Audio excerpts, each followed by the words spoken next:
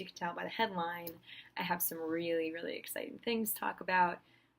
With Alternative Nation, I was able to cover Welcome to Rockville in Jacksonville, Florida this past weekend. If you've watched any of my other videos, specifically the ones about the Pretty Reckless, you know that I have been trying to get an interview or even just meet Taylor Momsen for quite a while now. I started with Alternative Nation last year in July. I wrote my first article about them in August, and she's been following me on Twitter ever since. And they retweet all the articles we wrote about them. She followed Alternative Nation. Razor and Ty sent me Who You Selling For a month before it came out, and I wrote a review on it. There's also a video. I'll link that below. I went to their show at the House of Blues in Orlando on November 4th, and they weren't able to do interviews, so I waited afterwards because I wanted to meet her and tell her that I'm the one who's been writing all of the articles, and their bus drove away while we were waiting outside. She was about to come off, and then Disney Springs security told us that we had to go. Once I heard back from Welcome to Rockville that I was going to be able to cover it, I reached out to their publicist. So finally, one day they answered me and they said, hey, we got you an interview. It's audio only. And they gave me a time, and I was ecstatic.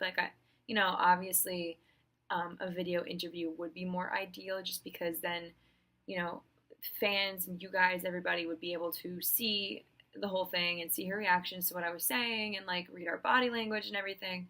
But I was grateful to have had the opportunity to interview them regardless. It's actually really funny because I have anxiety. I get anxious very, very easily. Sometimes I'm anxious for absolutely no reason at all. I guess my survival instincts were kind of just suppressing my anxiety during this whole past week. It was my 21st birthday, so I had some friends come down from Jersey Saturday. So my contact for the Pretty Reckless was their tour manager, who actually is one of the people who told us that Taylor wasn't any longer on the bus in Orlando. And then we ended up seeing her walk off after, so I knew he was just lying to try to get us away from them. So it was pretty funny how it ended up working out because this time I actually met him and shook his hand and introduced myself to him, and I was on the other side of things for once, so it was very strange. After a bunch of confusion, park security sent me back and forth across the festival grounds.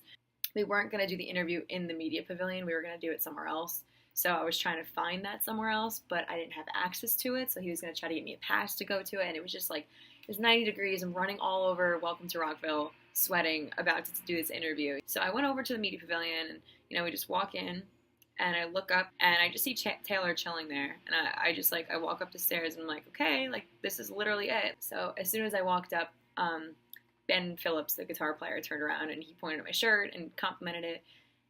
Taylor turned around and waved to me and smiled. I wasn't starstruck, but I was shocked because I was surprised that she seemed like she recognized me in a way. So I went over to Mark Damon, who's their bassist, and I was talking to him, and I met him after the Orlando show. I met their tour manager. I got introduced to their whole crew, their A&R guy, their manager from the record label and everything, and everybody was just hanging out, having a good time. They were really friendly, really welcoming. It didn't take long before they were cracking jokes on me. Finally, I got introduced to her. She asked me if we had met before and said it looked familiar. So I was kind of just no, you follow me on Twitter. And then I went to say, I've written the articles, but I was wearing my Alternative Nation badge. And Ben jumped in and he pointed at my badge. He's like, oh my God, you wrote all those Alternative Nation articles about us. Thank you so much. And she was like, oh, I'm so glad I'm finally meeting you. So I don't know, it was crazy, but it didn't feel weird at all. It was very, very relaxed, and I wasn't starstruck, I wasn't nervous. Me and Taylor just, at first we were just talking so much that I guess Ben was just you know what, I'll leave them two alone. So he stood up and he kind of was just I'm just gonna leave you two, and so we were okay. So I ended up just getting to speak to just Taylor the whole time. We were just conversing and just talking about how excited she is that they're touring with Soundgarden.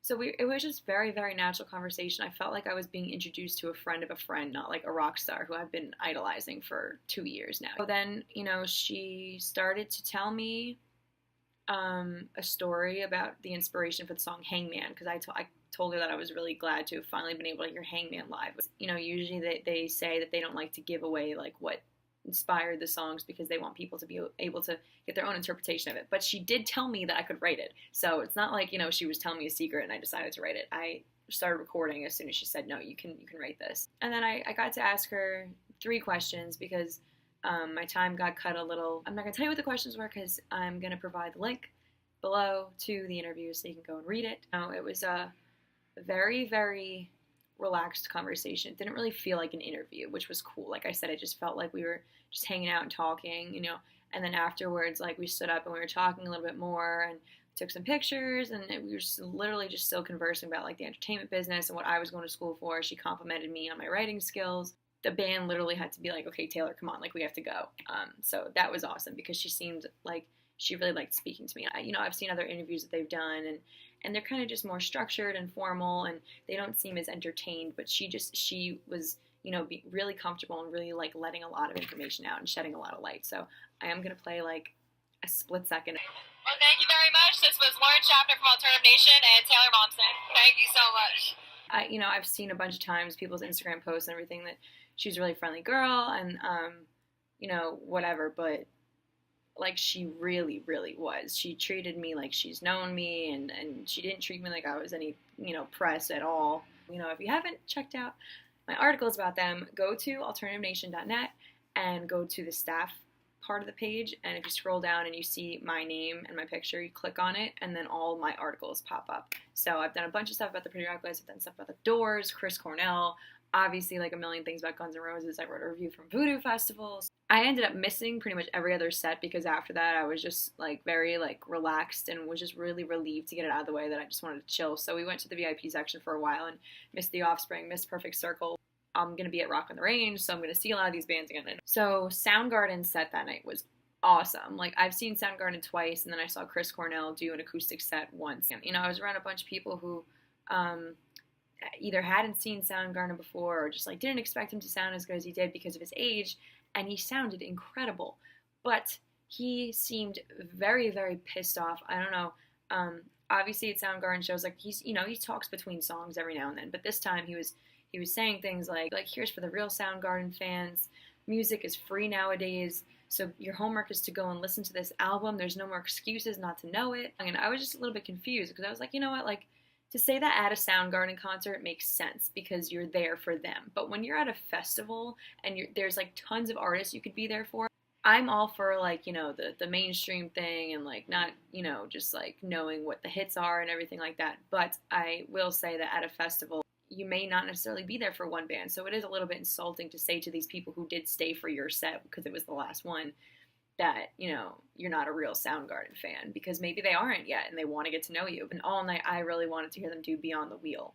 They went a little bit over their set. He comes to the front of the stage, he's like, I'm going to do one more song, and then he's like, this is Beyond the Wheel. And I was going ballistic.